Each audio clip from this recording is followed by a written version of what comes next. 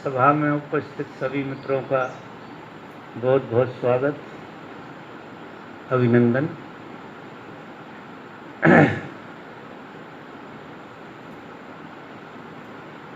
आज की सभा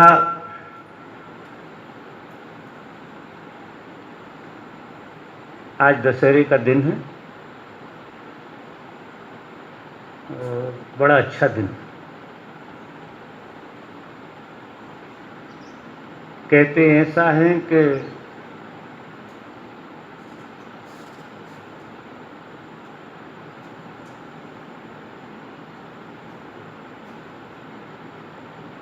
बुराई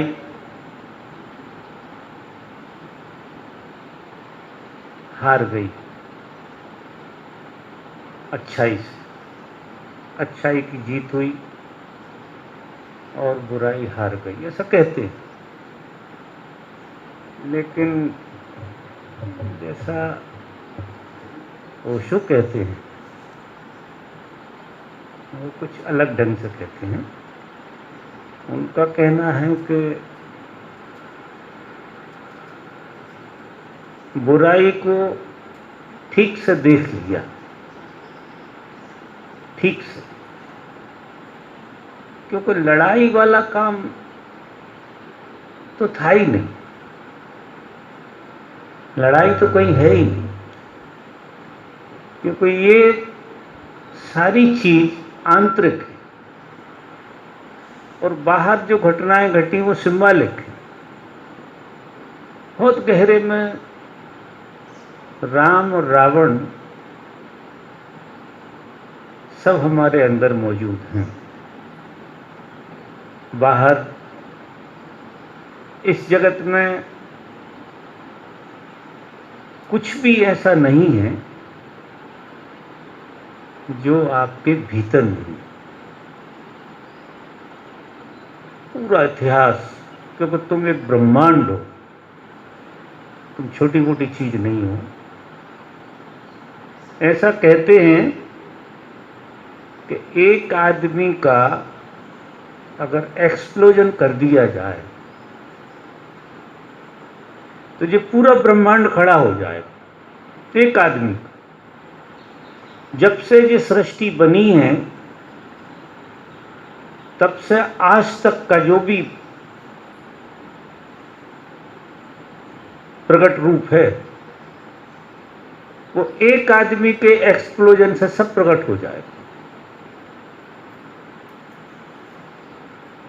और एक आदमी को अगर इस जगत में से खत्म कर दिया जाए, बिल्कुल 100% खत्म कर दिया जाए उसे, जो असंभव है, होता नहीं, तो ये पूरा ब्रह्मांड उसके साथ खत्म हो जाए। कुछ ऐसी रचना है आदमी, तो इसमें सब चीजें उपलब्ध हैं आपको, कहीं बाहर से कुछ नहीं ढूंढना, सब कुछ आपके अंदर पड़ा हुआ है। बस बात उगाड़ने की है। तुम रावण को उगाड़ लो, राम को उगाड़ लो, कृष्ण को उगाड़ लो और जरासंध को उगाड़ लो। जिसको उगाड़ना हो सब मौजूद है, सबका सब। इतना धनवान हैं हम इतने धनाढ्य हैं कि इस पिटारे में से जो भी निकालो वो प्रकट रूप में बाहर आ सकता है। उसकी विधियां हैं, उसकी युक्तियां हैं, तरकीबें हैं। जैसे मैं एक बात कहता हूं कि गीता जो कृष्ण ने कही है वो अभी भी शाश्वत है। इस जगत में जो भी घटना है वो शाश्वत है, वो कभी मरती नहीं। हम और आप बैठे हैं यहाँ, मैं जो बोल रहा हूँ आप सुन रहे हैं, ये अनंत काल तक मौजूद रहेगी, क्योंकि इस अस्तित्व में, जैसे देखो टेप रिकॉर्ड, इसमें कोई भी चीज़ ओशो ने बोली, उनको 30 साल हो गए, लेकिन आज वो मौजूद हो जाती है वाणी के रूप में।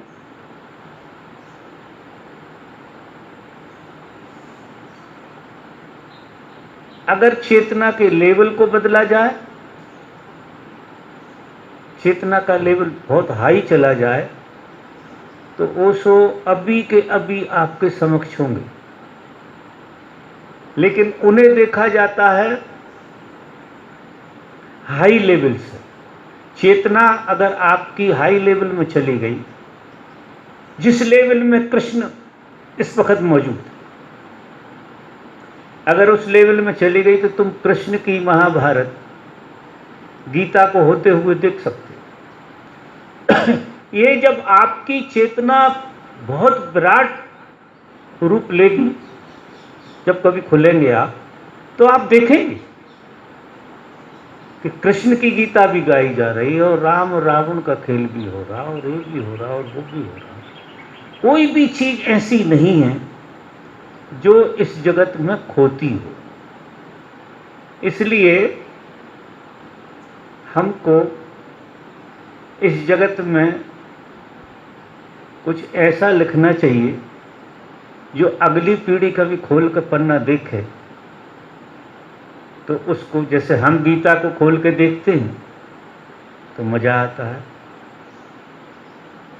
कोई जब आंख बंद करके ऊंचाई लेके गीता को देखता है तो मजा आता है।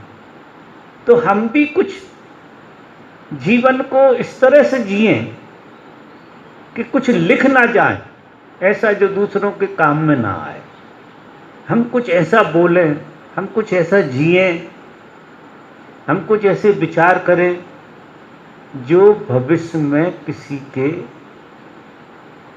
सहयोगी हों, आज भी सहयोगी हों और भविष्य में भी सहयोगी हों।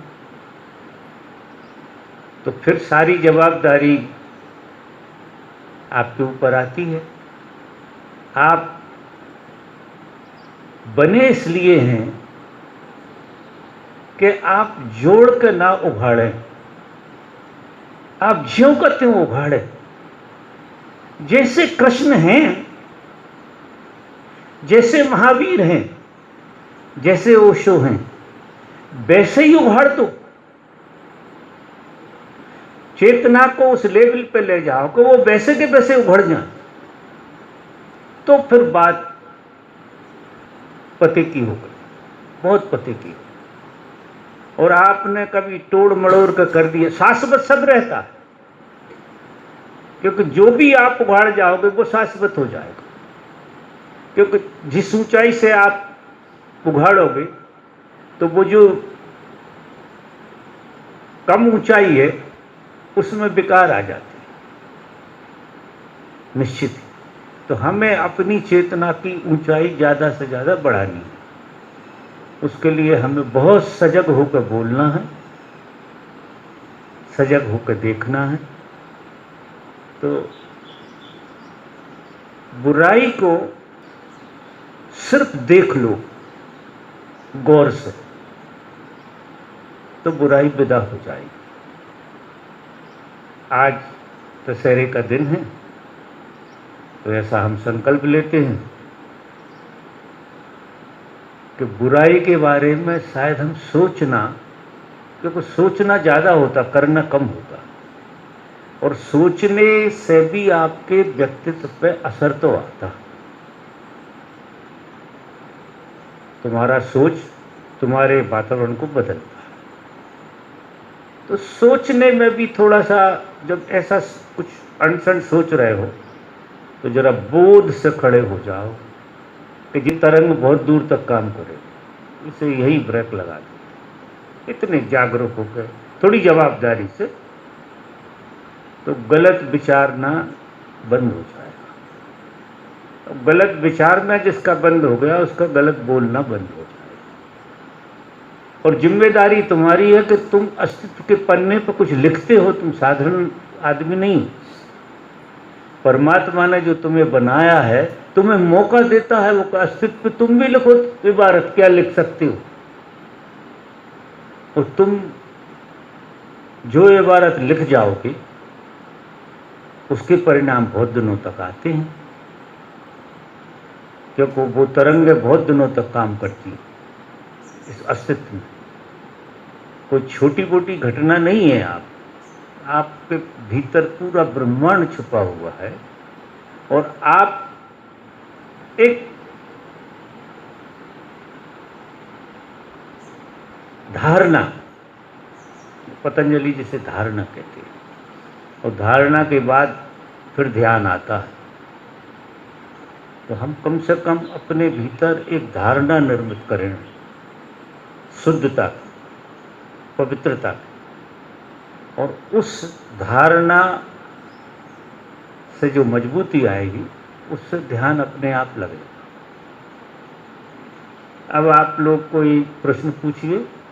ये तो मुझे दशहरे के लिए कुछ बोलना था, तो कोई भी मित्रों का कोई प्रश्न हो तो प्रश्न पूछिए। फिर हाँ, पहले मेरे साथ कुछ भी घटना बनती थी तो उसका रिएक्शन तुरंत ही आ जाता था।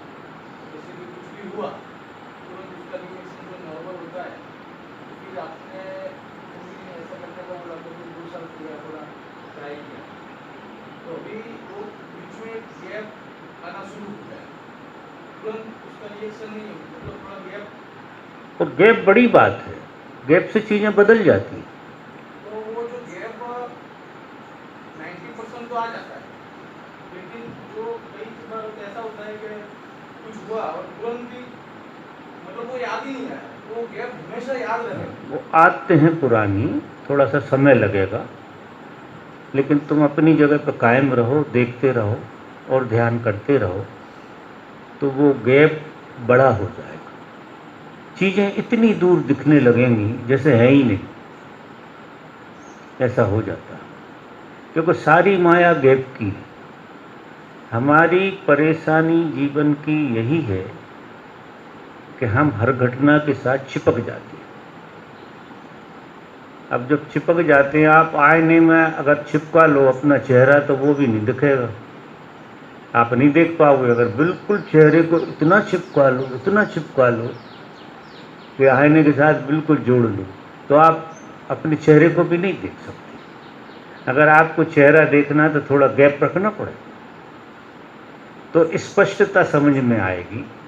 आप आईने से चिपके रहेंगे, आपको दिखेगा भी लेकिन साफ बिल्कुल कुछ नहीं होगा, सब अनसंड हो जाएगा मामला। और जब आप आईने से थोड़े से दूर रहते हैं तो आपको कहाँ काला दाग लगा है, कहाँ आपकी आँख पर तिनका लगा हुआ है, वो सारी चीज़ आपको दिखाई दे जाएगी।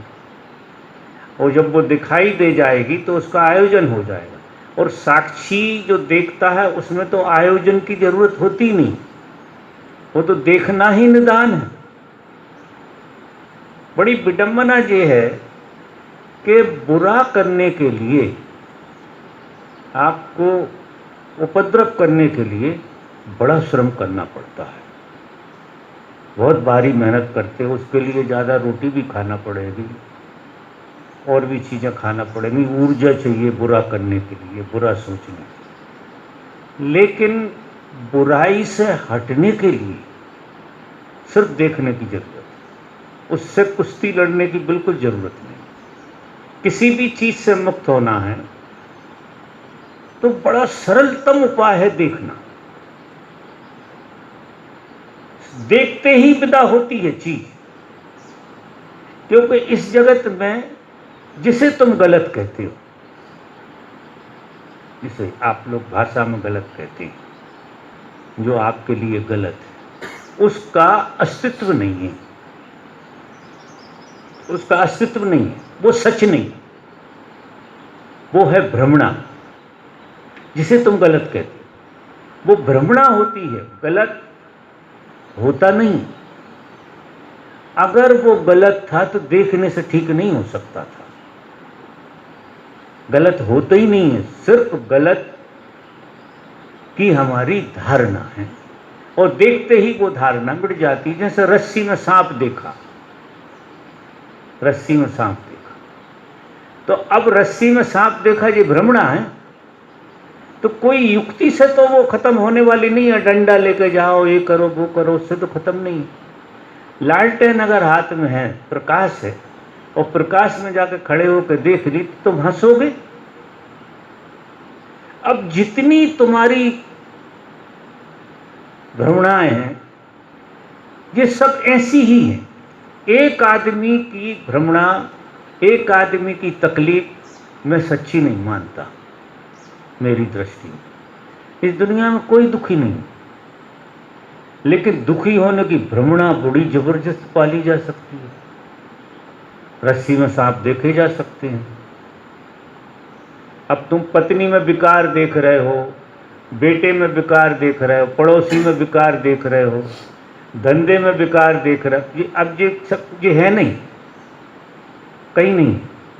ये सारी चीज रस्सी में सांप देखने जैसा है। आप रस्सी में सांप देख रहे हैं और आयोजन आप डंडा से कर रहे हैं भगाने का, जो हो नहीं सकता। वो जो विकार है वो विकार है ही नहीं, आपकी दृष्टि में विकार है। परमात्मा की सृष्टि में विकार हो ही नहीं सकता, क्योंकि उसकी सृष्टि तो इतनी अद्भुत है, इतनी अद्भुत है कि उसने दुनिया बनाई है, वहां विकार कहां से हो जाएगा। एक एक चीज अद्वितीय है, यहां अद्वितीय। हमारा देखने का अंदाज थोड़ा सा ईर्ष्या तिरछा है, और कोई बात नहीं। तो गैप जितना बढ़ेगा तुम्हारी दृष्टि साफ होगी, जल्दबाजी बिल्कुल नहीं होगी, गौर से देख लो।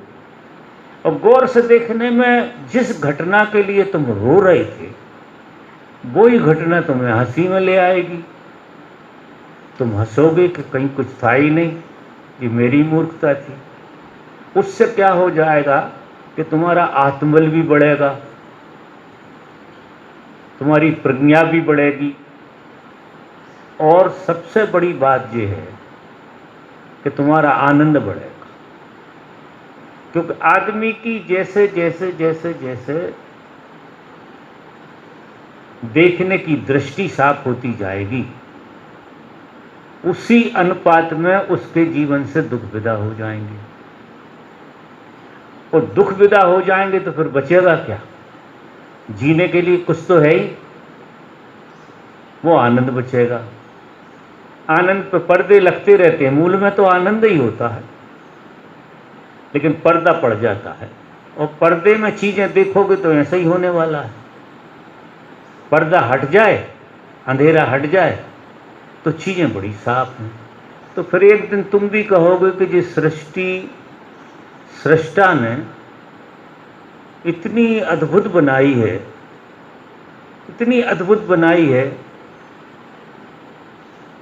कि इसको देख देख के आपको धन्यवाद ही उपजता रहेगा सृष्टा के प्रति। एक फूल को भी तुम देखोगे तो तुम्हारे प्राणों में इतना आंदोलन पैदा हो जाएगा, इतनी सुंदर चीज। और फूल छोड़ो, तुम छिपकली को भी देखोगे ना, अधिकतर डर लगता है, लेकिन छिपकली देख के भी लगेगा क्या आर्किटेक्ट है, क्या गजब का खेल है, बहुत ही गजब का। मैंने तो एक बार मगरमच्छ को देखा और उसका आर्किटेक्ट देखा कि क्या ढंग से बनाया है। माने समुद्र में रहने के लिए उसे किन किन चीजों की जरूरत पड़ेगी, कैसे वो अपने प्राण बचा। हर जीव को जो बनाया वो अद्भुत बनाया, कि उसकी क्या जरूरत है जीवन को सरवाइव करने की, वो अंग लगाए हैं, वो औजार लगाए हैं, वो शस्त्र लगाए। एक एक चीज को आप देखो तो क्या कलाकारी है। हम कोई फोटो वोटो देख लेते रंग का, उससे खुश हो जाते। अरे ये फोटो देखो जीवन, एक एक चीज, एक मक्खी का खेल देखो, उसको जिस ढंग से डिजाइन किया है कोई साइंटिस्ट कर सकते हैं ऐसी डिजाइन बना, कोई उसकी तो बात छोड़ो। एक इमली का पत्ता पूरी दुनिया के साइंटिस्ट लग जाए तो नहीं बना सकते, ऐसा खेल। जब आप किसी गली से गुजरते हैं और कोई गरीब का बच्चा नाक टपक रही है, कपड़े छिछड़े पहने हुए है और वो निकल रहा है, और तुम्हें देख के ज़रा वैसा होने लगता। लेकिन इस संसार में ऐसी कोई पेंटिंग नहीं होगी जितना सुंदर वो है, जितना सुंदर वो बच्चा है। कोई ऐसी पेंटिंग बना नहीं सकता दुनिया में, ना साइंटिस्ट, ना कोई मूर्तिकार मूर्ति बना सकता। क्योंकि तुम आकार प्रकार तो बना दो, लेकिन बहाव कहाँ से लाओ? जो उस बच्चे में बहाव है, वो नाक टपक रही है, चिथड़े हैं, ये है वो, लेकिन बहाव उसका क्या करोगे? उसे बना सकते हो क्या? तो वो इतना अद्वितीय है। अगर चिथड़े पिथड़े सब हटा दो और गहराई से देखो तो प्रकृति की हर चीज से ज्यादा श्रेष्ठ तो है ही वो। फूलों से, पत्तों से, पेड़ों से, पौधों से सबसे ज्यादा अद्वितीय, क्योंकि उसके अंदर इन सबसे ज्यादा बहाव, संवेदना। फोटो में संवेदना कहां से आई? तो एक एक चीज बड़ी अद्भुत है, लेकिन हम जल्दी से नाक घुमा लेते हैं कोई चीज को देखते हैं, उसके आवरण कोई देख के हम उसका अर्थ कुछ लगा लेते हैं, उसकी गहराई को देखो। जैसे मैं कह रहा हूं कि हट के देखो, उसके बहाव को पकड़ो तो उसमें परमात्मा बहता हुआ दिखेगा। किसी भी चीज के किसी भी रूप को आप परधी तक मत देखो, थोड़ा ठहर के देखो, थोड़े साक्षी होकर देखो, थोड़ी दूरी बना के देखो, एकदम मत चढ़ जाओ उसके ऊपर, नहीं तो अर्थ कुछ अर्थ लगा लो। जब तुम साक्षी से देखोगे तो वहां परमात्मा बहता हुआ दिखेगा, और वो हर चीज में दिखता, पेड़ों में, पौधों में, हर जगह वो बह रहा है। उसने ऐसे रूप धारण किया। अब लोग कहते हैं कि परमात्मा ढूंढना है, मैं कहता हूं परमात्मा ढूंढे से मिलेगा ही, परमात्मा को जीना है। आंख बंद करके के मरे जा रहे हैं कि भीतर प्रकाश जगेगा। ये सूर्य इतना बड़ा जग रहा है, इससे कुछ नहीं होगा, इतना बड़ा सूर्य है, और वो आंख में एक फुलझड़ी भी लग जाए उसे देख रहे हैं। आंख बंद करें कि भीतर कोई चमक हो गई, धोखे से भी हो गई। वो एक तरकीब है, मैं आपको इतना प्रकाश दिखा दूं अभी, वो टेक्निक है और कुछ नहीं। मैं आपकी आंखों से इतना प्रकाश दिखा दूं अभी कि आप पागल हो जाओगे, कहोगे मुझे छोड़ दो, जो प्रकाश पागल कर देगा। और ये इतने लोग बैठे हैं, सब पात्र हैं उसके लिए, क्योंकि वो टेक्निक है और कुछ नहीं है, और वो दिखाई जा सकती है। किसी को देखना हो, बहुत ही ज्यादा मन हो रहा तो मैं दिखा सकता, और गहरे अंधकार में ज्यादा दिखती, वो जो मेरी टेक्निक है। पहले मैं कभी कभी दिखा देता था लोगों कि देखो तुम प्रकाश से मरे जा रहे हो, मैं तुम्हें प्रकाश दिखा देता हूं। इन चीजों से कुछ नहीं होने वाला, ये सब फालतू की बात है। तो देख आंखें और दुखने लगे, इतना प्रकाश देखोगे तो आंखें दुखने लगे। तो इतने ज्यादा उपद्रव में पड़ने की जरूरत, तुम शाश्वत देखो ना। यहाँ हर चीज को थोड़े से हट के, विचारों से हट के देखने की कला सीख जाओ। कुत्ते को देखो, अब ये बंदर है यार, क्या मजा करते हैं, क्या परमात्मा की ऊर्जा उनमें उछालें खाती रहती है, झपट्टे मारते हैं, तुम्हें डरवा देते हैं और दांत बताते हैं, खेल करते हैं पूरा का पूरा। और ऊपर से बंदर का खेल हटा दो तुम, वो उसका नाटक है, क्योंकि वो ऐसा नाटककार है परमात्मा कि उसने सबको उलझा। स्त्री को इस ढंग से बनाया है कि तुम उसकी देह पे ही देखते रहोगे, उसके भीतर का भाव तुम्हें दिखाई दे गई, वो धोखा है। परमात्मा दिखता भी है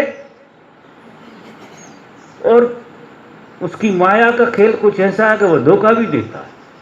अब उस धोखे में उसको पहचानना तुम्हारी प्रतिभा है। अगर तुम्हारे पास सच में प्रतिभा है, सच में तुम्हें परमात्मा को जानने की इच्छा पैदा हुई है, तो धोखे को भूलो।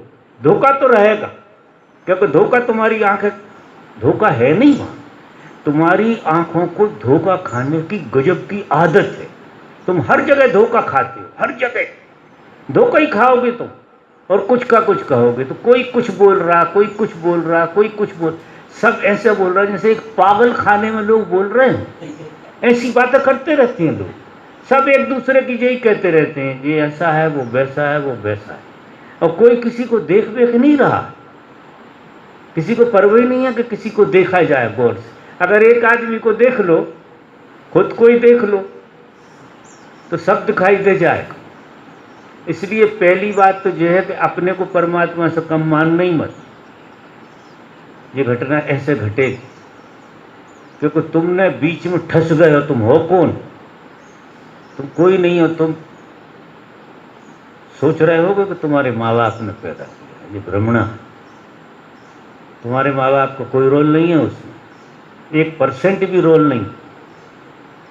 वो तो माँ बाप ने क्या किया है, थोड़ा सा घर बना दिया। घर बनाने के लिए थोड़ी सी मिट्टी डाल दी थी, बस शुरुआत की थी। बाकी उस मिट्टी को संवारा किसने?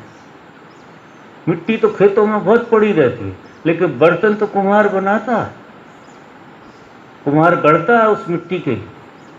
तो माँ बाप ने सिर्फ मिट्टी डाली थी और कुछ नहीं किया था, बड़ा भारी काम नहीं किया था। हम किसी के बेटे नहीं हैं। ये भूल के भी मत कहना कि ये तुम्हारा बाप है, एकदम झूठी बात। तुम्हारा बाप एक ही है, वो है परमात्मा। उसके अलावा तुम्हारा कोई बाप नहीं है। ये भ्रमणा निकाल लो बिल्कुल। परम पिता ही पिता है, वही तुम्हारा बाप है। और ये नकली बाप सब सताने के लिए भयंकर सताते हैं, आखिरी सांसों तक सताते हैं, दादागिरी चलाते हैं, हमने पैदा किया। तुमने कहाँ से, तुम्हें ही पता नहीं है पैदा हो कैसे गए, बच्चे पैदा कैसे हो गए, कोई प्लान नहीं है, कोई माँ बाप का रोल नहीं है। तुम तो अपने खेल में मिट्टी डालने का काम किया अकेला तुमने। और वो मिट्टी, तुम तो बहुत बार मिट्टी डालते हो, लेकिन जिस मिट्टी को उसे संभालना होती है उसे संभाल लेता है। मैं अगर तुम ही मिट्टी डाल रहे थे तो रोज ही बच्चे होते, तुम ढेर लग जाता है यहाँ बच्चों, क्योंकि तुम्हारा तो धंधा है मिट्टी डालना। तो यहाँ तो ढेर लग जाता, हालत हो जाती खराब सबकी। लेकिन जिसे उसे संभालना होता है, प्रकट करना होता है, उसे वो प्रकट कर लेता, वो संभाल लेता है। तो ये संभावना यहाँ है। वो क्या संभालता है? हाँ, इतना जरूर होता है कि मिट्टी डालते समय की चित्त की दशा एक काम करती है कि बहुत ही अच्छी चित्त की दशा में, चित्त की दशा का मतलब ये है कि मिट्टी अगर चित्त की बहुत खराब दशा में डल जाए तो हिटलर पैदा हो जाएगा। तो ज़्यादातर परमात्मा ऐसी मिट्टी पे हाथ लगाता है कि हिटलर नहीं, थोड़ा सा भूल चूक से कभी हिटलर हो गया तो हो गया। अधिकतर तो सब बढ़िया ही होता है। जिनकी संभावना परमात्मा से मिलने की होती है उसको ज़्यादा संभालता है। तो सारा जो खेल है वो लौट के आपके ऊपर आ जाता है। तो आप ये मान के चलो, जब आप परमात्मा के पुत्र हो तो जियो ऐसे। आप किसके बेटे हो? जैसे आप कहते हो कि हम तो साहब रघुवंशी के बेटे हैं, या फलाने के बेटे हैं, जैन के बेटे हैं, इसके बेटे हैं, और तुम फॉलो करने लगते हो उसको। करते हो कि नहीं? उसी समाज में बैठोगे, वैसी बातें करोगे, वैसे खाना पीना होगा। अब तुम परमात्मा के बेटे हो, तो अब परमात्मा के परिवार के हो, तो परमात्मा जैसा देखो, करुणा, दया, मैत्री, ये सब परमात्मा के गुण हैं। जैसे तुम्हारे बाप के गुण जी रहे थे तुम, जो नकली बाप था उसके गुणों को जी रहे थे ना। वो क्रोधी था तो तुम क्रोधी हो गए, वो ऐसा था तो तुम वैसे हो गए। बाप के गुणों को फॉलो कर रहे थे, जात बिरादरी के गुणों को फॉलो कर रहे थे। अब मैं कहता हूँ कि ये भ्रमणा है। तुम परमात्मा के पुत्र हो, जैसे जीसस ने कहा था, वो बहुत सच्ची बात है कि मैं परमात्मा का बेटा हूं, तुम सब परमात्मा के बेटे हो। जी नहीं रहे। जिस तरह से तुम अपने बाप के बेटे होकर जी रहे थे, अब इस बाप के बेटे होकर जीना शुरू कर दो। परमात्मा मिलने की तरकीब बता रहा हूं कि जैसे तुम जीने लगते हो वैसे तुम होने लगते हो। बाप जैसे जीते हो तो बाप जैसे हो जाते हो, तुम्हारा जो भी तथाकथित बाप। और परमात्मा में जैसा जीना है तो फिर परमात्मा में से जीने लगो पक्का, और परमात्मा हो जाओ जीते जीते। तो परमात्मा को जीना बड़ा चैलेंज है, इसलिए नहीं जीता आदमी। तो परमात्मा में से अगर जिए तो ये संसार के जो उपद्रव हैं, इन उपद्रव में जीने का जो मजा आ रहा था वो सब खत्म हो जाए। देखो जीसस कहते हैं कि एक गाल पे कोई थप्पड़ मारा तो दूसरा भी कर दो। अब वो परमात्मा का जीने का गुणधर्म है, और आपका गुणधर्म ये है कि कोई थप्पड़ मारा तो कुल्हाड़ी मार दो। अब कैसे परमात्मा जैसे, परमात्मा के बेटे तो नहीं हो सकते, फिर तुम तुम्हारे बाप के बेटे हो। जब भी तुम्हें क्रोध आए तो समझना तुम बाप के बेटे हो गए। जब भी क्रोध आए तो समझना कि तुम नकली के बेटे हो। और जब भी प्रेम आए, करुणा आए, मैत्री आए तो तुम परमात्मा के बेटे हो। तो अभी संकल्प लेना, आज दशहरा है इसलिए कह रहा हूं, लेना है कि परमात्मा के बेटे होकर जीना है। और गजब मजा है। लगता जरूर है कि दूसरा गाल करेंगे हम तो तकलीफ और बढ़ेगी, लेकिन ऐसा नहीं है। इतना किसी के अंदर धैर्य होगा कि दूसरी थप्पड़ खाने के लिए भी राजी हो। उसे पहली थप्पड़ लगी ही नहीं, पहली थप्पड़ का कोई एहसास ही नहीं है उसके लिए। जिसने दूसरी थप्पड़ का निमंत्रण दिया उसे पहली थप्पड़ का एहसास बिल्कुल नहीं हुआ। और उस थप्पड़ ने क्या किया, थोड़ी जागृति बढ़ा दी। वैसे भी देखो संसार में कि तुम्हें कोई गाली दे देता, गाली देता, तो उसने क्या किया, गाली देकर आपके अंदर की सोई हुई सारी एनर्जी को जगा दिया। एकदम आप करंट में आ जाते। कोई गाली दे दे तो नींद बीन सब विदा हो जाएगी, हो जाती कि नहीं? एकदम लाल चेहरा हो जाएगा, वैसे हो जाओगे बिल्कुल टनाटन। तो उसने क्या किया, आपकी सोई हुई एनर्जी जगाई। जो तुम मर जाओ ध्यान कर करके तो नहीं जगती, सक्रिय कर रहे हो, उल्टे हो रहे, सीधे हो रहे, तो उतनी ऊर्जा नहीं जगती जिसकी एक आध की गाली खा ले। एक जने ने गाली दी और गलत बोला और तुम्हारी कुंडली जागी, एकदम जाग जाती। अब उसका कर लो सदुपयोग। उसने जो बोला है तो उसने क्या किया, भले आदमी ने तुम्हारी नींद तोड़ दी, सपने तोड़ दी, अपेक्षाएं तोड़ दी, भ्रमणाएं तोड़ दी। उसने सीधा एनर्जी पे ला दिया, आपकी एनर्जी पे खड़ा कर दिया। और आप उस एनर्जी को देखना शुरू करो, सिर्फ देखना है। तो देखने से क्या है, वो जो बिखर रही थी वो सृजनात्मक हो जाएगी। जो 2 घंटे ध्यान करके भी तुम एनर्जी नहीं पैदा कर सकते थे, वो उस घटना ने बनाई। और ऐसे ताजे घूमोगे आप जिसका कोई हिसाब। और हो सके तो गाली देने वाले के पैर ही छू लेना, तो गजब किया यार तुमने, नींद पूरी तोड़ दी। जैसे कोई बंदूक लेकर पीछे खड़ा हो जाए, कितनी ऊर्जा जग जाती है, जग जाती है तो सारी सोई हुई जग। तो ये संसार जो है ये जगाने का काम कर रहा है। यहाँ कोई दुश्मन नहीं है तुम्हारा, यहाँ प्रकृति की व्यवस्था है कि तुम सो ना पाओ। प्रकृति की व्यवस्था ऐसी कि तुम आलसी ना रह पाओ। तो आनंद में नहीं जगो तो कष्ट में जगो। आनंद के लिए तुम तैयार नहीं हो, कष्ट के लिए तैयार हो, तो फिर प्रकृति कष्ट देती रहती है, कष्ट में जगाती है। और पहले वो मारेगी डंडों से और फिर फूलों से जगाएगी आप। फिर फूलों को छिड़काव होगा, उससे जागोगे आप। तो ऐसा खेल प्रकृति की करुणा, क्योंकि परमात्मा करुणा, हर जगह करुणा बरस रही है उसकी, हर जगह। परमात्मा का स्वभाव ही करुणा है, मैत्री, करुणा, दया, ये सब परमात्मा के गुण धर्म हैं। और हम उसके बेटे, तो हमें इन गुण धर्मों को जीना, ऐसे समझ। और पिताजी से मुक्त होना,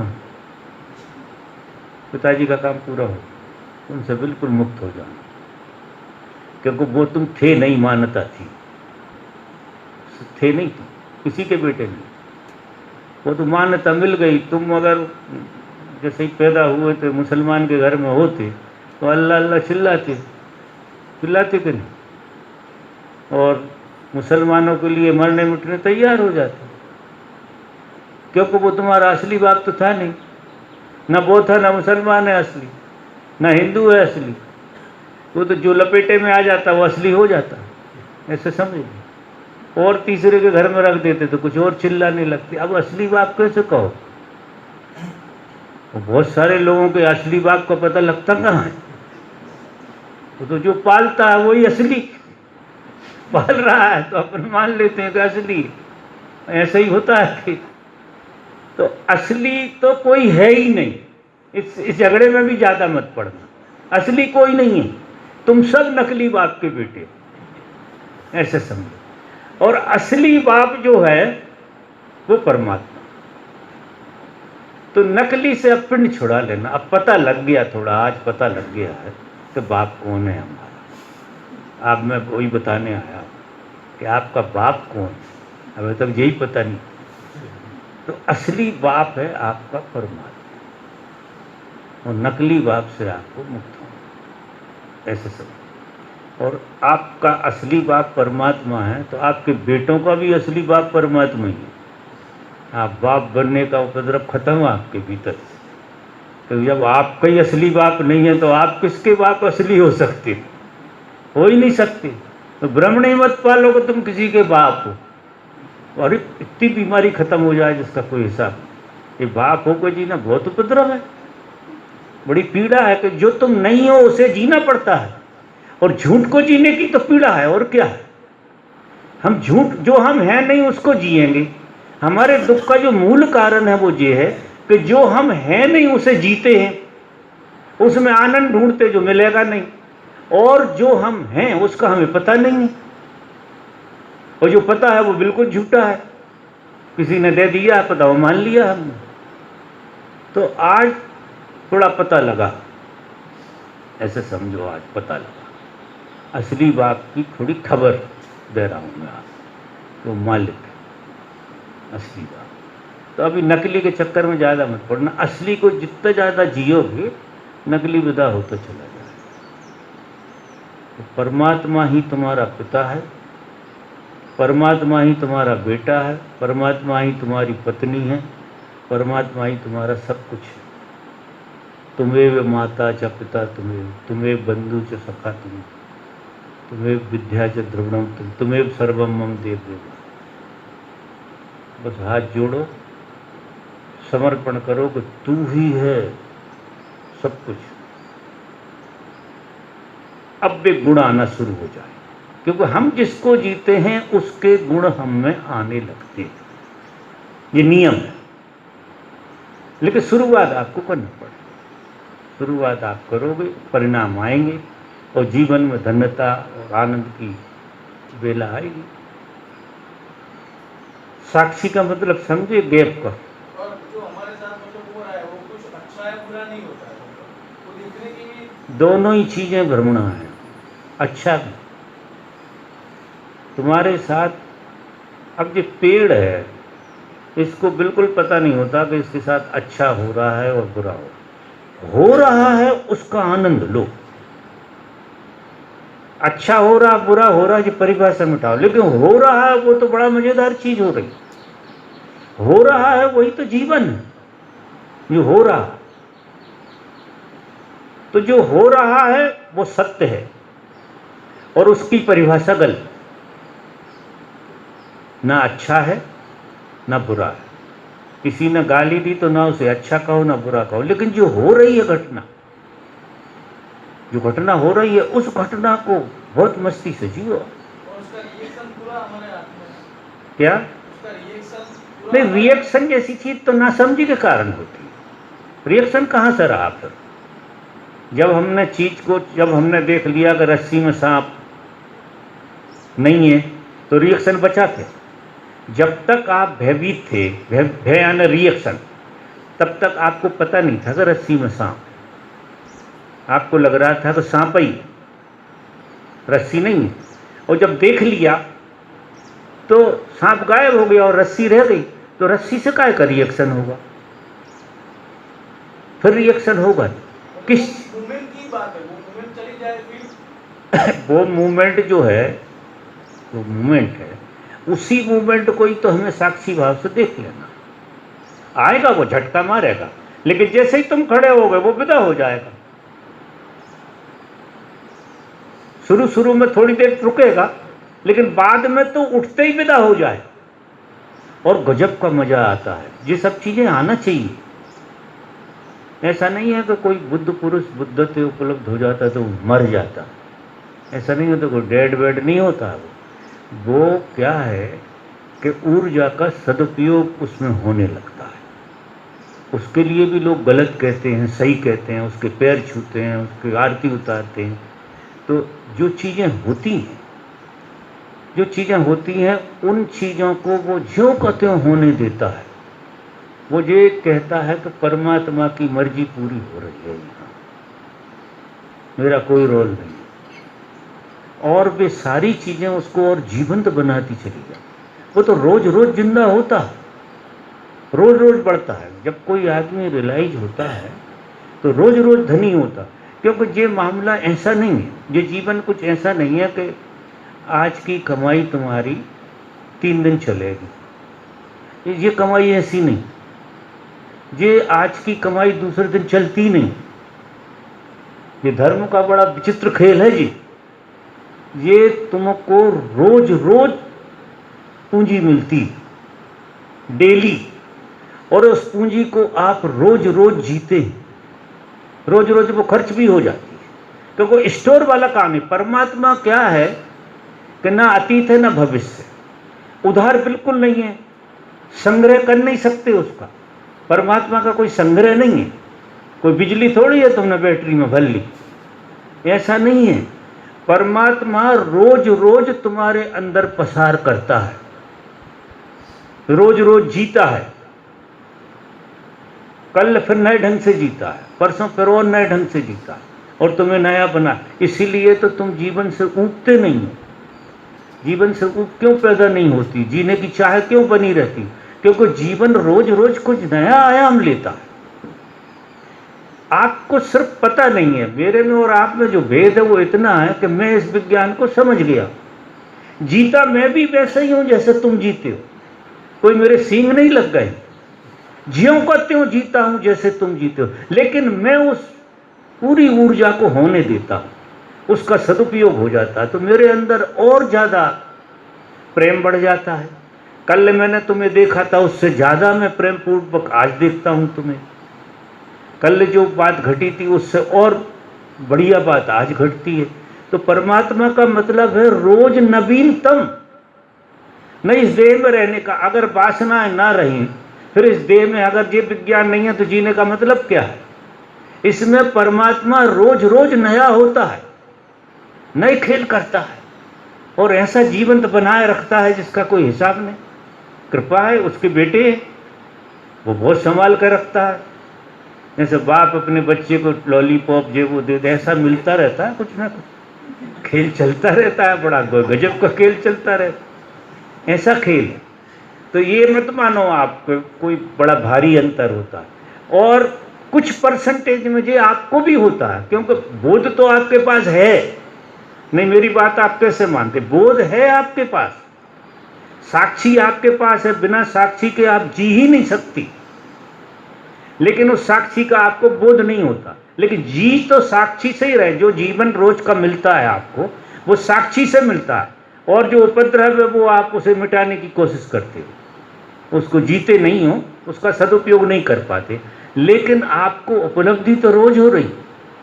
ये परमात्मा रोज उपलब्ध होता है ऐसा, क्योंकि परमात्मा जिस दिन उपलब्ध नहीं होगा तुम बचोगे ही नहीं। तुम ना दवाई से जी रहे, ना खाने से जी रहे, ना पीने से जी रहे, किसी चीज से नहीं। गहरे में तुम्हें परमात्मा रोज रोज जिला रहा। तुम में रोज रोज पसार होता है उसका, और वो इतना नगद है कि नगद होता है बिल्कुल, कल की बात नहीं होती, आज के आज, क्योंकि वो शाश्वतता का नाम है परमात्मा। ऐसी घटना नहीं। शाश्वतता से हमारा मतलब हम ये समझना कि बैटरी में भरा हो गया, ऐसा नहीं। वो जीवन से इतना है, इतना जीवन थे कि रोज आपके भीतर पसार होता है उसका। आप सो जाते हो, उसे आखिरी तक जी लेते, सवेरे फिर पसार होता है, रात में भी पसार होता है, लेकिन सवेरे से पसार जरा ज़्यादा होता है, तो चेतन ज़्यादा हो जाता है। फिर दिन भर तुम परमात्मा को जीते। तो हम सब परमात्मा को रोज जीते हैं, पता नहीं है। इसलिए मैं कहता हूं कि बेटे हो जाओ उसके, तो तुम्हें पता लगेगा कि उसको ही जी रहे हो, जी उसी को रहे हो, लेकिन अब तुम मान रहे हो कि तुम्हारे बाप को जी रहे हो या किसी और को जी रहे हो, जो भी कहो। अब उसको जियोगे तो जी परमात्मा को रहे हो, और तुम्हें उपद्रव दूसरे समझ में आएंगे। तुम्हारी बुद्धि समझेगी कि हम ये जी रहे हैं, हम, जब तुम कुछ भी नहीं जी रहे हो, जी परमात्मा को ही रहे हो, उसके अलावा तो कोई जी नहीं सकता। कोई जड़ चेतन से लगा कर कोई इस ब्रह्मांड में परमात्मा के बगैर जी नहीं सकता। परमात्मा ही जी रहा है सबके अंदर, सभी प्राणियों में उसका वास है, और वो ही जी रहा है सारे प्राणियों को धारण किए हुए। धर्म का मतलब ये है जिसने सबको धारण कर लिया। धर्म की जो परिभाषा है मूल रूप से वो चीज है कि ऐसा तत्व जिस सबको धारण किए हुए, कोई भी चीज उससे बाहर नहीं है, वही है सब कुछ। तो वही सब कुछ है, तो तुम बाहर कहाँ से हो गए? तो तुम मान लो कि बेटे हो उसके, और तुम्हारा बेटा भी उसका ही बेटा है। अब तुम कितने मुक्त हो जाओ, और तुम्हारा बाप भी उसी का बेटा है, तो अब आप तो बिल्कुल ही मुक्त हो गए। हो जाओगे कि नहीं? सारा परिवार एक ही बाप का बेटा है। जैसे तुम्हारे 4 बेटे हैं, बेटियां हैं, और एक ही परिवार के हैं, तो उनमें थोड़ी एकजुटता होती है कहीं, झूठी सांची जो भी कहो। अब हम सब पूरा जितना भी ब्रह्मांड है, सब एक बाप की, सब एक बाप की औलाद। इसलिए मैं तो ये कहता हूँ कि ये जो दुनिया बनी थी, तो ये दुनिया ऐसे नहीं बनी कि बंदर से इससे उससे वैसे नहीं बनी, ये भ्रम पाल दिया लोग। ये एक साथ बनी। हमारे पिताजी और हम एक साथ पैदा हुए, भगवान कृष्ण हम एक साथ पैदा हुए, सब कुछ एक साथ पैदा होता है। इस जगत में पुनरावृत्ति होती रहती है, लेकिन सब एक साथ। ये तो पलक झपकते हुआ है सब कुछ। परमात्मा ने पलक झपका, जैसे उसे स्वप्न आया, और पूरा ब्रह्मांड खड़ा हो गया। तो इसमें कुत्ता, बिल्ली, हाथी, जोकर, बोकर सब एक साथ प्रकट हो गए, पूरी लीला एक साथ खड़ी हो गई। ये ऐसा नहीं हुआ है, और जब से हम एक साथ ही हैं, तो आप आंख बंद करके अपनी लयबद्धता में जब आओगे, जब आपकी श्वास बहुत लयबद्ध हो जाएगी, जब लयबद्धता में आओगे, तो आप और पेड़ दो नहीं रहोगे। आप ऐसा अनुभव करोगे पेड़ की और आपकी सांसें एक ही हैं, बिल्कुल एक लयबद्धता में आके हर चीज हमारा रूप धारण कर लेगी। लयबद्धता बिगड़ गई, इसलिए ये गड़बड़ हो गई। इसलिए लयबद्धता पे बड़े प्रयोग किए। सारे प्रयोग जो पतंजलि ने कराए हैं और बुद्ध ने कराए, बुद्ध की सारी कीमिया धर्म की एक लयबद्धता लाने की है। जितनी ज्यादा तुम्हारी श्वास लयबद्ध होगी, उतने तुम परमात्मा के करीब जाओगे। तुम्हें परमात्मा का बेटा होने का एहसास ज्यादा अनुभव होने लगेगा। और जब सांस 100% लयबद्ध हो जाएगी, तो ये पूरा ब्रह्मांड तुम्हारे साथ धड़कने लगेगा, एक साथ सांस ले रहा हो। जैसे कभी कभार किन्हीं प्रेम के क्षणों में हम किसी के प्रेम में होते हैं, तो दोनों की सांसों की लयबद्धता एक हो जाती है, बिल्कुल लयबद्ध हो जाएंगे, चाहे बाप बेटा हो, चाहे पति पत्नी हो, चाहे कोई हो, लेकिन श्वास लयबद्धता में आ जाए। लयबद्धता जैसे जैसे बहुत गहरी होती है तो हमारी दुई मिट जाती, हम दो से बाहर आ जाते हैं, हम एक हो जाते हैं। और सांस जितनी इतनी गहरी चली जाए कि बंद ही हो जाए, इतनी लयबद्धता में हो जाए। देखो परमात्मा सांस नहीं लेता, परमात्मा सांस नहीं लेता, उसे सांस लेने की जरूरत नहीं है। अभी हमें सांस लेने की जरूरत पड़ रही है, लेकिन समाधि में जब कोई आदमी जाता है तो सांस की जरूरत मिट जाती है, उसे सांस नहीं लेना पड़ती, तो बिना सांस के हो। और बिना सांस के तुम अभी हो जाओ तो तुम अस्तित्व का हिस्सा हो जाओ, पूरा ब्रह्मांड में लय हो जाओगे। तो हम मरते हैं और क्या होता है, ब्रह्मांड में लय हो जाते हैं, पूरे ब्रह्मांड में लय हो जाओ। अगर कारण शरीर शायद मर गए तुम, कारण शरीर को मिटा तो पूरे ब्रह्मांड में लय हो जाओ। और किसी का कोई प्रश्न है? बाबा, अच्छाई तो करना चाहते हैं, मतलब अच्छाई जो है वो अंदर से आता है। तुम जरा इधर आओ।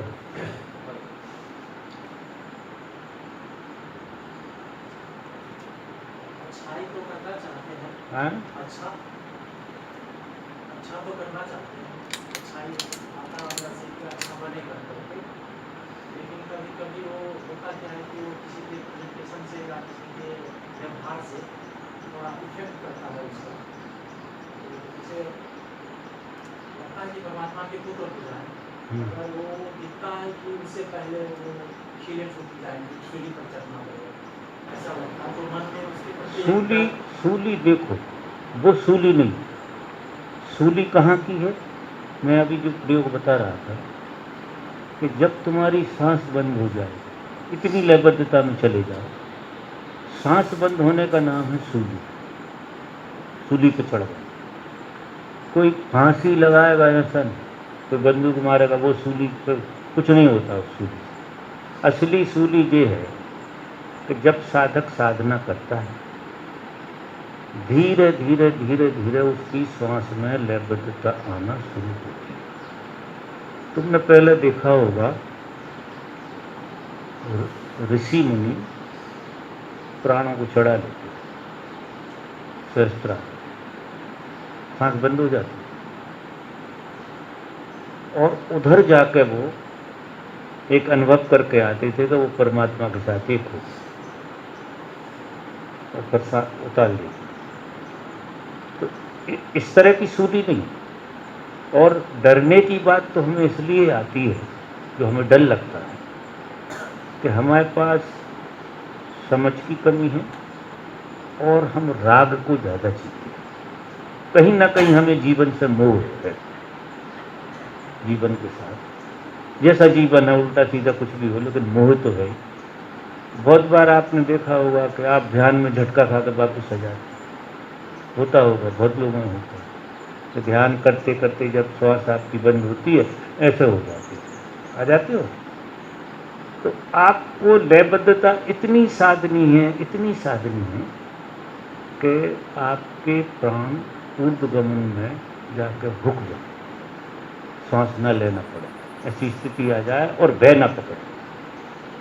और भय क्यों पकड़ता है कि तुम अभी जीवन को ठीक से जिए नहीं। जब कोई व्यक्ति लंबे टाइम तक लयबद्धता में अपने जीवन को जीता है तो वो मृत्यु के भय से बाहर चला जाता है, क्योंकि उसका एक एक सेल जी लेता है, अतृप्त नहीं करता, सेल जी लेते हैं, तो आपको मृत्यु का भय नहीं होता। उधर जो है आपको लगेगा कि सूली जैसी लगने वाली, लेकिन सूली जैसे यम जो है, यमराज, यमराज को देवता कहा है, यम की पूजा होती है, यमराज को देवता माना, देवलोक में बैठा हुआ यमराज, ऐसा कहते हैं। मृत्यु देवता है।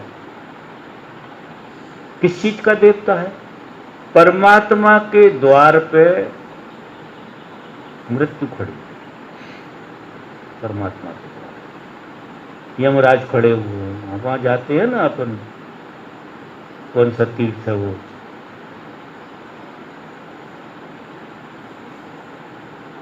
हिमालय ना, जो ले जाते हैं स्वामी जी, कैलाश। कैलाश। कैलाश, तो कैलाश में जाने के पहले एक यम द्वार पड़ता है, ऐसा प्रतीकात्मक बनाया उन्होंने यम द्वार। और यम द्वार से जब कोई आदमी निकल जाता है तो कहते हैं कि वो स्वर्ग की यात्रा शुरू हो जाती है, वो तो प्रतीकात्मक। लेकिन गहरे में मृत्यु यम का द्वार, मृत्यु के बगैर तो यहाँ कुछ होने वाला है ही नहीं, और वो भी जीते, एक्सीडेंटल। हम सब लोग मृत्यु एक्सीडेंटल मरते हैं। हम कायदे से जो मृत्यु को पार करना चाहिए वो नहीं कर पाते। हर बार हमारा जन्म होता है कि हम मृत्यु को देख लें, सूली पर चढ़ जाए। अब मृत्यु को देखना है ना सूली पर ही चढ़ना है। कोई अगर मृत्यु को देखेगा तो सूली पर ही चढ़ेगा जब ही देख पाएगा, ऐसा तो देख नहीं सकता। तो जब तुम्हारी श्वास की लयबद्धता इतनी ज़्यादा आ जाएगी तो मृत्यु का द्वार खड़ा हो जाएगा सामने, और वहां तुम जाकर खड़े होगे, पीछे तुम्हारी कुछ नहीं बचे, लौटने के लिए कुछ नहीं बचा, क्योंकि तुमने इतना जी लिया लयबद्धता में, इतना जी लिया कि पीछे लौटने के लिए तुम्हें कुछ बचे ही नहीं। और वहां यमराज दरवाजा खोल दिया। अब वो तुम प्रोजेक्शन मत कर लेना कोई यमराज बैठा है और खोल लेगा। ये जो श्वास है जब रुकेगी, जैसी श्वास रुकती है तो मृत्यु के किनारे पहुंच जाती है। कुछ लोग तो प्रयोग करते हैं, मैं तो बताता नहीं हूं कि वो उलझ जाएंगे लोग। रेचक और कुंभक प्राणायाम में 2 विधियां हैं। वो विधि ऐसा करती है कि साधक को धीरे धीरे धीरे धीरे श्वास जब बाहर आए तो उसको जितना बन सके उतना रोक कर रखना, जो पतंजलि ने और योग में बताया। फिर सांस जब भीतर जाए तो जितना बन सके उस श्वास को रोक कर रखना। भीतर श्वास को रोक कर रखने में ज़्यादा सहूलियत रहती है, बाहर श्वास को रोक कर रखने में तकलीफ ज़्यादा होती है। तो भीतर श्वास को रोक कर रखने का कुंभक कोई लगा, वो क्षण क्षण में बढ़ेगा। ऐसा नहीं कि एक दिन में हो जाएगा, ये सालों लगेंगे इसकी प्रैक्टिस करते करते। आपको बहुत छोटा छोटा सा बिल्कुल धीरे धीरे धीरे धीरे उस गैप को बढ़ाना। वो गैप जैसे जैसे बढ़ जाएगा, जैसे जैसे आपका गैप बढ़ेगा, वैसे वैसे आप मृत्यु से आश्वस्त होने लगेंगे, आप मृत्यु को प्रेम करने लगेंगे, क्योंकि वो गैप आपको मजा बहुत देगा। मृत्यु पीड़ा बिल्कुल नहीं है, मृत्यु रत्ती भर पीड़ा नहीं है। मृत्यु तो विश्राम है पूरा, जैसे नींद विश्राम है ऐसी मृत्यु विश्राम। लेकिन चूंकि हमें बोध नहीं, इसलिए हमें मृत्यु का बहुत भय रहता है। तो ये मृत्यु का ही प्रयोग है पूरा का पूरा। कभी कभी किसी को मरने के 6 महीना पहले एक विधि दी जाती है। हम भी कहते हैं किसी का मरने का टाइम आएगा तो हम एक विधि बता देंगे, तुम बड़े आराम से मर जाओ। और वो यही विधि कि तुम जो है सांस को दोनों तरफ गैप में पकड़ना शुरू कर दो, और भीतर जब ज़्यादा श्वास को ठहराते रहोगे, एक बार ऐसा हो जाएगा वो सांस ठहर के ही रह जाएगी। और अगर ठहर के रह गई तो मृत्यु का द्वार खुल जाए और आपका पसार हो जाएगा उस तरह। तो तुम ये मान कर चलोगे कि तुम परमात्मा के पुत्र हो तो ही कर सकते हो। क्योंकि बाप के घर जाना है, बिछड़ गए हो तो बाप का स्मरण तो बना ही रहना चाहिए ना, तभी घर मिलेगा बाप का। अब तुम बाप का पता ही भूल गए हो तो बाप का घर कैसे ढूंढोगे? और बाप का पता जो है ना मृत्यु से होकर मिलता, ऐसे समझ। बाप का जो पता लगेगा वो मृत्यु में से गुजरना पड़ेगा, और मृत्यु में से गुजरना कोई सुसाइड करके नहीं होता जी का। ये टेक्निक से बोधपूर्वक सालों लगेंगे। आप धीरे धीरे धीरे धीरे धीरे धीरे वो गैप को बढ़ाते चले जाएंगे। वो भीतर का गैप आपका क्षण भर को रुकेंगे, फिर 2 क्षण को, फिर 3 क्षण को, फिर 4 क्षण को, फिर 10 क्षण को। और जिस दिन तुम लंबे गैप में रुक गए उधर, उसी दिन दरवाजा टूट। कभी कभी ये सडनली भी होता है, साधना से पक जाता है आदमी, तो सडनली। तो मृत्यु का भय तो रहेगा ही, डर तो रहेगा निश्चित, लेकिन बाप को याद करो, आप परमात्मा को याद करो, और तुम अपने को मानो मत कि तुम, क्योंकि मरेगा तो किसी का बेटा, तुम नहीं मरने वाले, तुम अमृत पुत्र हो, तुम परमात्मा के पुत्र, तुम कैसे मरोगे? मरेगा कौन? जो नकली बाप का बेटा था, बाप भी नकली था, बेटा भी नकली, वो मरेगा। असली बाप के बेटे थोड़ी मरते हैं कभी। तो तुम ये बोध घना होना चाहिए, ये मेरे कहने वाली बात नहीं है, ये घना होना चाहिए ये भी कि तुम परमात्मा के बेटे हो। ये इतना सघन हो जाए तुम्हारा, ये जैसे तुम किसके बेटे हो, जो कितना सघन हो गया, क्योंकि रिपीट बहुत हुआ, चित्त ने बहुत रिपीट किया है, सब जगह से खबर मिली। तो ये झूठा जो है ना, इतना पावरफुल हो गया। और ये तो मैं असली कह रहा हूं, असली में तो प्रयास कम करना पड़ता है और जल्दी हो जाता है। तो तुम संकल्प लो कि तुम परमात्मा के पुत्र हो। कोई कुछ भी कहता रहा, तुम सुनो मत, किसी की मत सुनो, तुम परमात्मा के पुत्र हो। और परमात्मा के पुत्र होने से क्या होगा कि बाप की याद आएगी निश्चित, और बाप की याद ही पूरा रास्ता दिखा देती।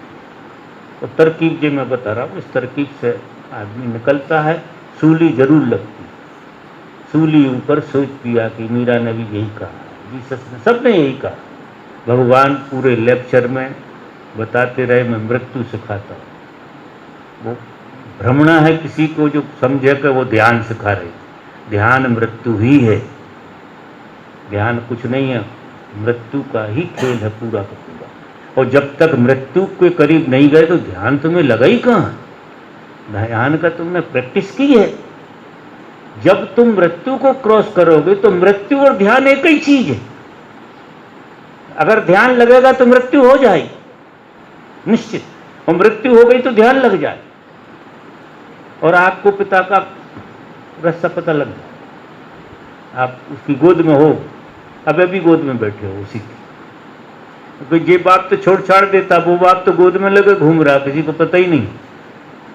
वो ऐसा बाप है जो हर एक को गोद में, वो धारण किए हुए थे, जैसे माँ धारण किए होती, गर्भ में 9 महीना करती है, छोड़ छाड़ देती है, फिर धक्के खाता आदमी। ये बाप तो ऐसा है कि धारण किए हुए है, और अभी भी धारण किए, तुम्हें पता नहीं है। जैसे ही तुम्हारा बोध प्रगाढ़ होगा तुम्हें पता लगेगा तुम उसकी गोद में शुरू से ही बैठे थे। ऐसा नहीं आ रही समझ में?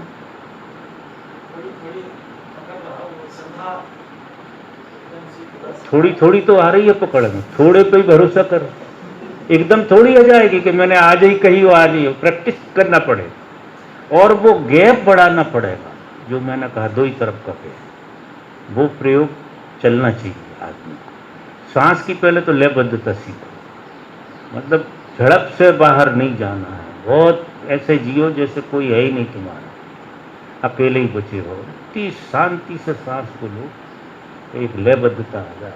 अब दाहिने को और ये सब तो कर ही लिए प्रयोग, उछल कूद तो मचा लिया, अब जरा शांति से रहो, शांति से बैठो। और किसी का प्रश्न है या मेरा घूमने का टाइम है?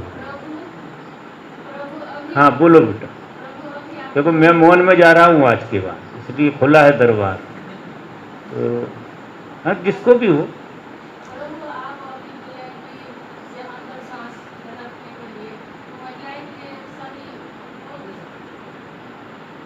महिलाएं भी कर सकती हैं, क्या कह रही है? महिलाओं के लिए है,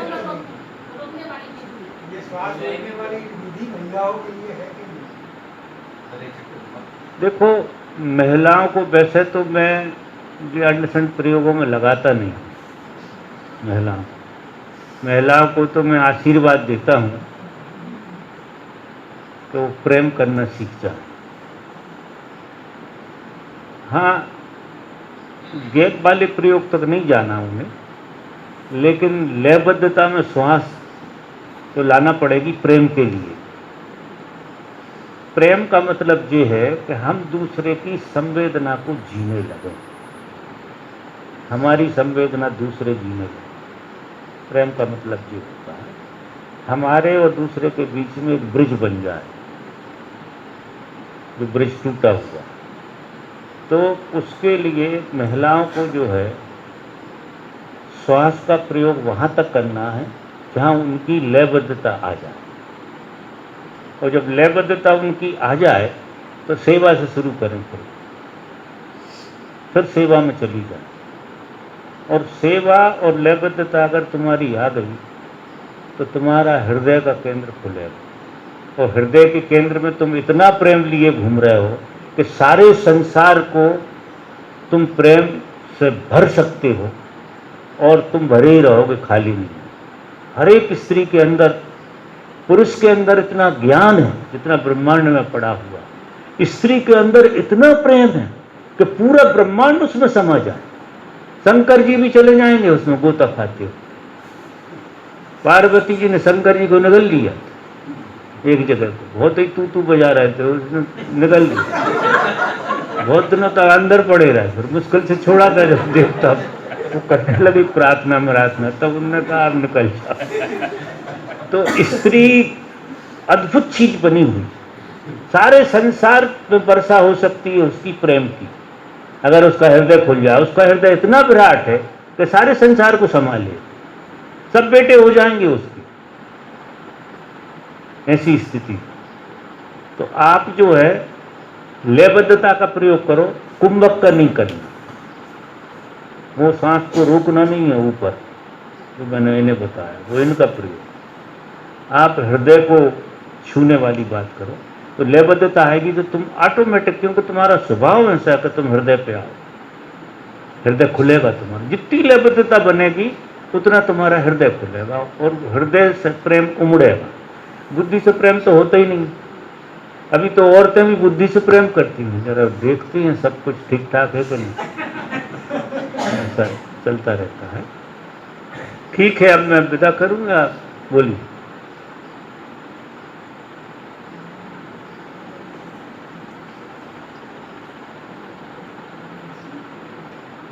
थोड़ा सा जोर से, कान थोड़े कमजोर हो गए।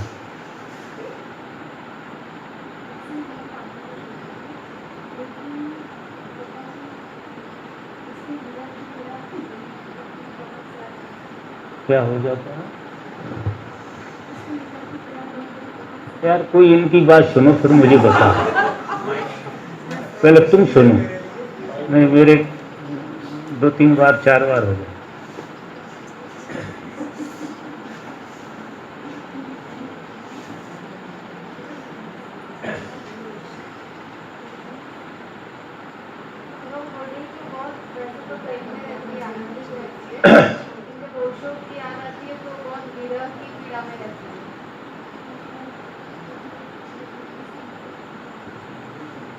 कभी कभी पिछले जन्म की उसको स्मृति आती है तो बहुत परेशान हो जाती है।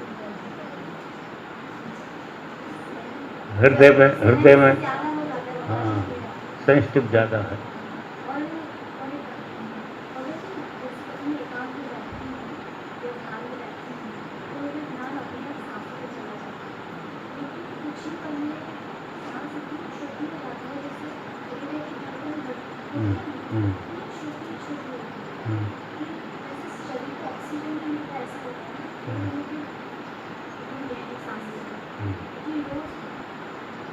ऐसा होता है, लेकिन वहाँ तुम डरना मत, डर के सांस को मत लेना।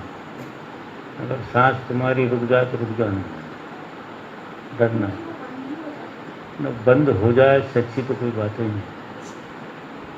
बहुत ही अच्छी बात है, बंद हो जाए तो तुम खुल जाओगे। तो वही तो उपद्रव हमारे जीवन में, परमात्मा के और हमारे बीच में कौन सी चीज़ आई? श्वास ही आई। और जब तक कोई आदमी श्वास के पार नहीं चला जाता तब तक परमात्मा का रास्ता खुलता नहीं। श्वास के पार तो चाहे स्त्री हो चाहे पुरुष हो, सबको, लेकिन स्त्री हृदय के माध्यम से जाएगी और पुरुष आगे चक्र के माध्यम से।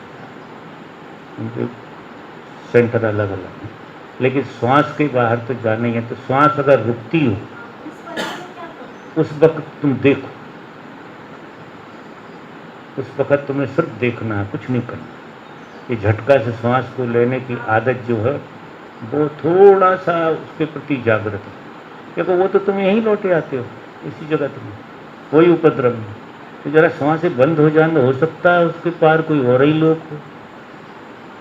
जैसे तुम नींद में सपनों के कारण सोना नहीं चाहते कि सपने आएंगे, लेकिन नींद में जाओगे तो ही तो सपने आएंगे।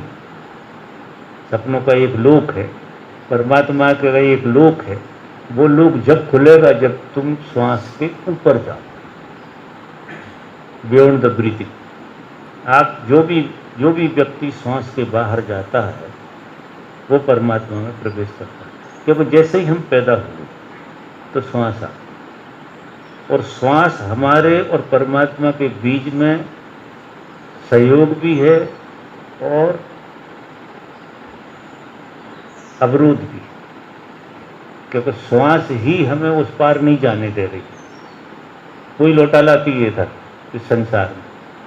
तो तुम जीते जाओ इस क्षण को जीते जाओ, इतने तृप्त हो जाओगे, इतनी आनंद और शांति हो जाएगी कि श्वास रुक जाएगी और काम हो जाएगा। जो जो बातें तुमने बताई वो सब पॉजिटिव होगा, कहीं कुछ गलत नहीं है, बहुत सुंदर बात। लेकिन इसको लगातार जियो, इसी तरह से जियो जैसे जियो। कहाँ से हो? अहमदाबाद। ठीक, बट आपका प्रश्न है, बोलिए। नहीं, आपकी आवाज़ तो बड़ी होगी, बोल दो।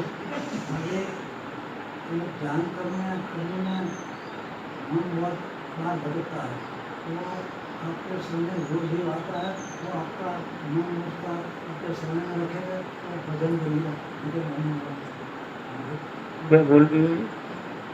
बोल रहे हैं ध्यान करने में मन बहुत बाहर भटकता है, तो आपके शरण में जो भी आता है वो आपके शरण में मन रख दे तो शांत हो जाएगा। नहीं, वो तो समर्पण बहुत दिनों बाद आता है। समर्पण इतनी सरल घटना नहीं है कि आपने उठाया मनो हमारे चरणों में रख दिया, वो चरणों में से उठ कर भाग जाता कहता चरणों में ज़्यादा देर नहीं रहना, तो जो और काम करते हैं तो वो तो नहीं। आप तो एक काम करो कि ध्यान जब करो तो आप अपनी श्वास को पकड़कर आते जाते वाली श्वास को तुम देखना शुरू करो। मतलब हमारी श्वास आ रही, हमें पता ही नहीं है, ये अच्छी बात नहीं है। अभी श्वास लोगों की ऐसे चल रही कि उन्हें पता ही नहीं होता। कभी कभार पता कब लगता है जब कोई गाली दे देता है, एकदम श्वास का पता लग जाता है तो ना अभी तक चल रही है। या कोई कुछ कर दे, उल्टी सीधी हरकत करे तो श्वास का पता लगता है। ऐसे सहज बैठे हो तो आपको श्वास का पता नहीं लगता है कि नहीं? नहीं, श्वास को पकड़ोगे तो ये मन का भागना जो है ये बंद हो जाए, ये बिल्कुल बंद हो जाए। आप श्वास को पकड़ कर बैठ जाओ बस, फिर देखना क्या चमत्कार घटता है। क्योंकि चमत्कार तो सब हमारे भीतर ही हैं, कहीं बाहर से लाने की जरूरत नहीं है। हमें वो युक्ति लगानी है कि वो चकमक वाला खेल है। आग तो सब जगह व्यापक है, वो चकमक चाहिए ना आग को प्रकट करने की, और ये श्वास की विधि चकमक का काम करती। ठीक,